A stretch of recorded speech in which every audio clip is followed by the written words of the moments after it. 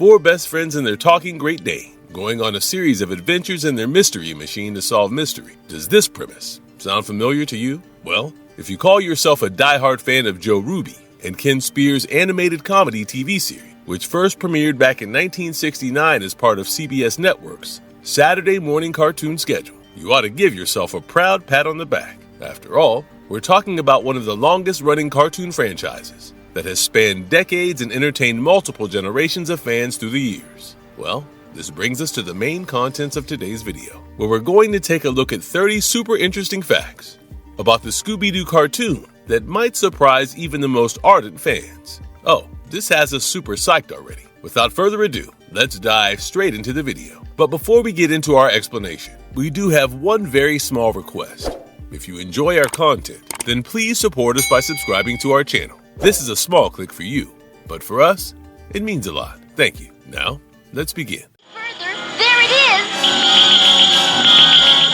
Zoinks! What a creepy... Scooby-Doo's name was inspired by Frank Sinatra. Okay, so who over here happens to be a fan of Frank Sinatra? We know that we're absolute admirers and even bigger fans of his unparalleled talent as a singer. Sinatra's Stranger in the Night is a personal favorite, which brings us to finally explaining how the name of the cartoon was actually derived from Sinatra's best-selling single in particular. You see, TV executive Fred Silverman was on a red-eye flight to Los Angeles in 1968, and it's fitting to state that he had his fair share of reasons for not being able to catch any sleep on the flight. CBS had just dismissed his idea of a group of teenagers and a dog trying to solve mysteries. Naturally, Silverman was already caught up in the middle of coming up with fresh concepts. As the plane was landing, Sinatra's Stranger in the Night started playing on the PA system, and the music caught Silverman's attention, especially the end part that has Sinatra vocalizing "Doobie Doobie Doo." Well, it was at that very moment that Silverman decided that he was going to call the dog Scooby-Doo instead of Too Much. Scooby's full name is Scoobert Doobert III. Shocked much? Well, what were you thinking? While Scooby happens to be the Great Dane's nickname, he's also addressed as Scoob at times. However, in case you did not know, his full name happens to be Scoobert Doobert III. Of course, it's entirely a different thing that he prefers to be called Scooby, as one can clearly make out from his signature catchphrase, Scooby Dooby Doo. The show was originally pitched as a rock band. Yep, it's true that the series was first pitched as a rock band show. The success of the fictional rock band, the Archies, majorly inspired Fred Silverman, who was the network's chief of daytime programming back at the time. In simple words, Silverman wanted to capitalize on the popularity of the Archies and proposed a concept about 5 teens solving mysteries between gigs, accompanied by a sheepdog playing bongo as part of the band. Originally referred to as Mysteries 5, the gang had different names too: Kelly, Linda, Linda's brother WW, Jeff, Mike, and their bongo-playing dog, Too Much, collectively forming the band Mysteries 5. Scooby-Doo, Where Are You? Was not even the second title of the cartoon. We'd like to point out that during the early stages of development, the original title was The Mysteries 5, which was later changed to Who's Scared, only to be further retitled as Scooby-Doo, Where Are You? Shaggy and Scooby have appeared in every version of the show. There's no denying that Shaggy and Scooby are the heart of the Scooby-Doo franchise. And so when it comes to the core duo, they've consistently appeared in every series and film within the classic franchise. Scooby-Doo is the 5th greatest TV cartoon of all time. There's no denying that the show's lasting impact on popular culture is significant, and with the franchise continuing to be a cultural powerhouse. Scooby-Doo was ranked as the 5th greatest TV cartoon of all time by TV Guide in 2013. Scooby-Doo only has 2 major award nominations. Would you believe us if we told you that in spite of the franchise's insane popularity, it was only nominated for 2 Daytime Emmy Awards during its 5-decade broadcast history? We know it's hard to believe that, but it's the bitter truth. A pup named Scooby-Doo was the first one to receive a Daytime Emmy nomination in 1989, followed by What's New, Scooby-Doo? In 2003. The original theme song was changed for kids. Apparently, the original Scooby-Doo theme song was considered very scary, and while the exact reason for the change isn't definitely stated anywhere, there's a high probability that the original theme was perceived as being too spooky, especially for a children's show, given the comedic nature of the series in general. The characters are based on a 1950s sitcom. The many loves of Dobie Gillis might be largely forgotten today, but dare we forget that the main characters of Scooby-Doo were indeed inspired by the characters of the Dwayne Hickman starring sitcom. Allow us to elucidate. Fred Jones was modeled after the titular character Dobie Gillis, and Daphne Blake was inspired by Dobie's crush, Thalia Miniger. As for Velma Dinkley, her character was inspired by teen genius Zelda Gilroy, who was particularly known for her academic abilities and intellectual curiosity in Dobie Gillis. Last but not the least, Shaggy Rogers was based on Maynard G. Krebs' character, one who more than often found himself in comedic situations. Shaggy's real name is Norville Rogers. While most fans may know him as Shaggy, that's not his real name. Producer Tom Ruger chose Shaggy's real name, Norville Shaggy Rogers, which was modeled after Oliver Norvell Hardy, the other half of the legendary comedic pair, Laurel and Hardy. While the character has almost never gone by his true first name, there's no denying that Shaggy is a much more fitting name given the character's shaggy hair, rough goatee, and dare we disregard his baggy clothes. Velma Dinkley is not the sole reason for the gang's triumphs. Let's be honest here. Solving mysteries isn't exclusively Velma's responsibility. While Velma has often been portrayed as the most intelligent and observant member of the Mystery Inc. gang, other members play equally significant roles when it comes to unraveling the cases. It's pretty evident that the gang's success is a joint effort. And while there's no denying that Velma's intelligence is a valuable asset, Jinkies, she is certainly not the sole reason for all their victory. The Mystery Machine is a real van model, the eye-catching and exuberant blue and green-colored van, as seen in the original series, is often depicted as a mid-1960s Chevy G-body panel van, or a Dodge A100, both of which share similar aesthetics. In the later Scooby-Doo adaptation, direct-to-video movies, in particular, have used the Chevy Astro or GMC van for the Mystery Machine. Also, if you can recall the live-action films, the Mystery Machine was depicted as a 1972 Vauxhall Bedford CF van. Having said all that, fans still have no official consensus about the exact model of the original Mystery Machine. In fact, some have even debated if it was a Ford Econoline E150. Well, what's your pick? We'll be more than happy to know your views in the comments section.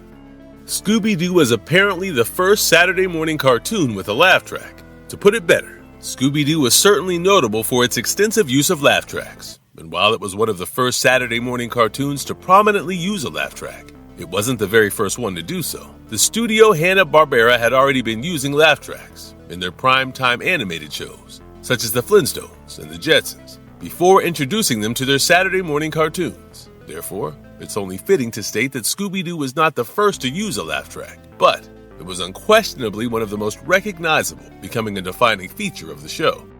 Shaggy and Scooby's appetite is legendary. Yes, Shaggy and Scooby's insatiable appetite and love for food, especially Scooby snacks, is a recurring gag and a defining characteristic of the Scooby-Doo characters. Both have claimed that their constant state of terror is what makes them perpetually hungry in the first place, thereby justifying their need to snack, and dare we disregard their willingness to be bribed with food. Mind you, food also plays a very big factor in getting the duo to cooperate in solving mysteries. While Shaggy's go-to meal happens to be his Super Shaggy Sandwich, which is a double-triple-decker of liverwurst, sardine, and marshmallow fudge. Scooby's preferred treat happens to be Scooby Snacks. The villains are almost always regular people. Call them villains, monsters, evildoers, or whatever you want to. But at the end of the day, the perpetrators usually turn out to be humans in disguises, seeking to exploit a local legend or myth for personal gain.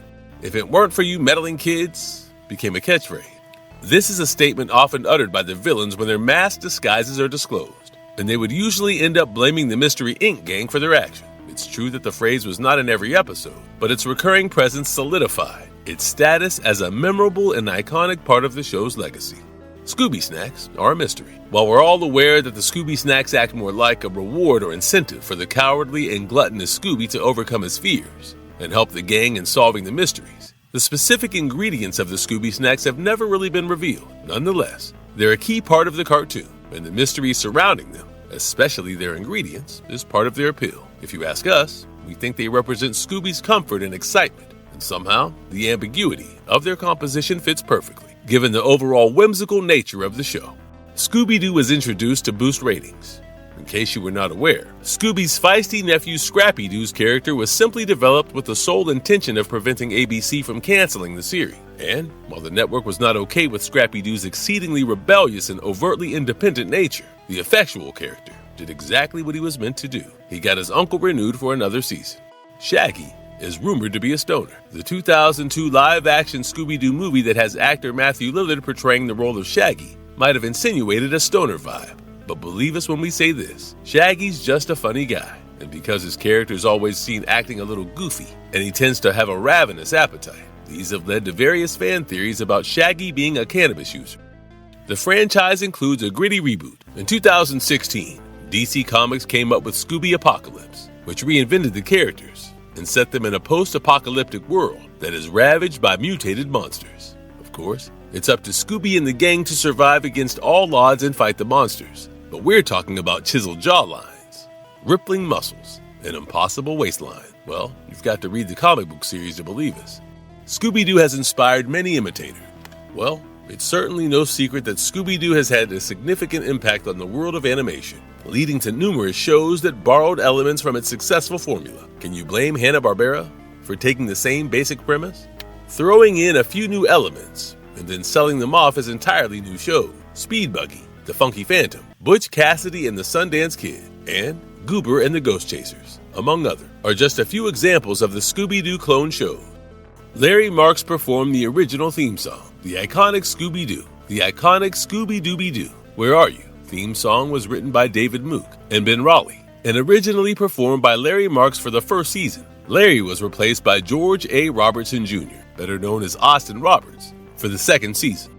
The franchise is owned by Warner Brothers, while there's no denying that it was initially created by Hanna-Barbera in 1969. Warner Brothers Animation took charge of production after purchasing Hanna-Barbera. Therefore, it is fitting to state that Warner Brothers currently owns the Scooby-Doo franchise, along with its associated properties, and produces most of the content for the Scooby-Doo franchise, including movies as well as television series. The cartoon has been translated into 15 languages. Scooby-Doo has not only been dubbed into a vast number of diverse languages, such as Danish, Greek, Bulgarian, Thai, Swedish, and Finnish, to name a few, but it's also been aired in more than 45 countries worldwide. It was Shaggy who discovered the Mystery Machine. While there's no denying that Fred is the designated driver of the Mystery Machine, it was Shaggy who found the van and also painted it. Casey Kasem, the voice behind Shaggy, eventually turned the character into a vegetarian. The late radio star Casey Kasem, who played Shaggy's voice for decades, abruptly quit the series in 1997. The reason was that Casey was requested to speak up for Shaggy in a Burger King ad, but as a devout vegan, he refused and walked away from the position when the producers refused to make Shaggy's character vegetarian. Of course, Casey returned to reprise his part in the series in 2002, when it was determined that Shaggy would also be vegetarian. It was Daphne's father who helped the gang start their mystery business. Daphne always wanted to be a supermodel or a detective when she grew up. Naturally, her father, George Blake, was quite supportive of her starting a detective service, and he gave the gang a $100 check to get the mystery business started. Shaggy has a total of 653 decorator belt buckles. The most interesting thing about Shaggy is his collection of belt buckles, 653 to be more precise. He's seen wearing a different buckle in every episode. Believe us when we tell you that the reason he began collecting them was to help himself lose weight due to his immense love for food, and Scooby snacks in particular. A new Scooby-Doo live-action series is on its way. Yes, you heard that right. And while we still don't know what the name of the series is, it was confirmed in March of this year that the untitled series is in production. Guess we have no choice but to wait with bated breath. The cartoon literally started because of Robert F. Kennedy. Okay, not exactly because of Robert F. Kennedy, but because of his assassination for sure. Like it or not, it was the senator's death that influenced the subsequent shift in cartoon programming, thereby paving the way for more comedic and less violence-centric cartoons. And that's how the gang of meddling kids and their talking dog became a TV sensation. Marvelous verdict. Cartoons are an ingrained part of our culture, and when it comes to Scooby-Doo, it has categorically managed to entertain the hell out of us, still busy finding new ways to evolve and deconstruct itself. Now that we have come to the end of today's video, let us know in the comments down below if you grew up watching Scooby-Doo. If you did, what was your favorite thing about the cartoon? We want to hear your thoughts. Unfortunately, that's all for today. Stay tuned with us, as we promise to come back with more exciting content. Till then, goodbye, and have a nice one.